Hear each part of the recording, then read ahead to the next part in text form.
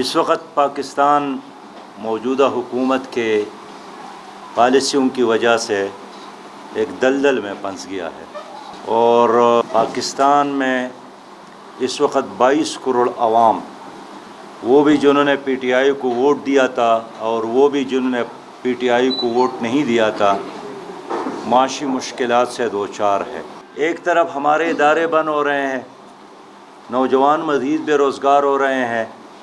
اور دوسرے طرف خود اسٹیٹ بینک کا بھی، ایشین بینک کا بھی یہی انڈیکیشن ہے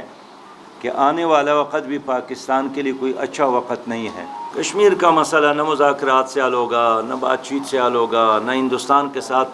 یاری دوستی اور تجارت اور آنا جانے سے۔ کشمیر کا ایک ہی حل ہے جو کشمیر کے عوام چاہتے ہیں کہ وہاں عملی اقدام پاکستان کرے، جہاد فی سبیل اللہ۔ میں جنگ کی بات نہیں کرتا ہوں، جنگ زمین کے لیے، جنگ ذات کے لیے، جنگ اپنی حکمرانی کے لیے، لیکن جہاد مظلوم کی حمایت اور ظالم کے مقابلے کے لیے ہے۔ پہلی بات تو یہ ہے کہ جو مارچ ہے یہ ایک پارٹی کا جمہوری حق ہے، ایک پارٹی نے خود ہی فیصلہ کیا ہے، تاریخ بھی خود اناؤنس کیا ہے۔ ہم 27 تاریخ کو اسلام آباد جا رہے ہیں، تو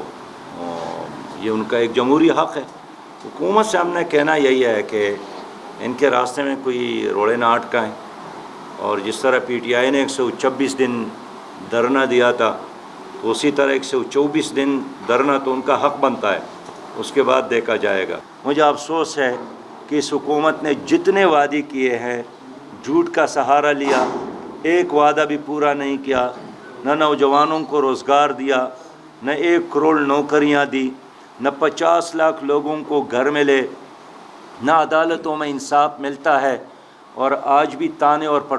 پٹوار خانی اسی طرح بکتے ہیں۔ ایسے میں قوم سے اپیل کرتا ہوں کہ جماعت اسلامی ایک منظم جماعت ہے، ایک دیانتدار جماعت ہے، ایک حقیقی معنوں میں جمہوری جماعت ہے اور عام لوگوں کی جماعت ہے۔ تو ان جاگیردار اور سرمایہ داروں نے کبھی ایک پارٹی کا سہارا اور نام لے کر، کبھی دوسرے پارٹی کا نام اور سہارا لے کر ہمیشہ قوم پر سواری کی، اور آج بھی وہی لوگ آپ کو سواری کرتے ہوئے نظر آتے ہیں۔ تو آؤ مل کر اس نظام سے بغاوت کرتے ہیں اور ایک حقیقی اسلامی، فلاحی اور جمہوری نظام اس ملک میں قائم کرنے کے لیے جماعت اسلامی کا ساتھ دیا جائے۔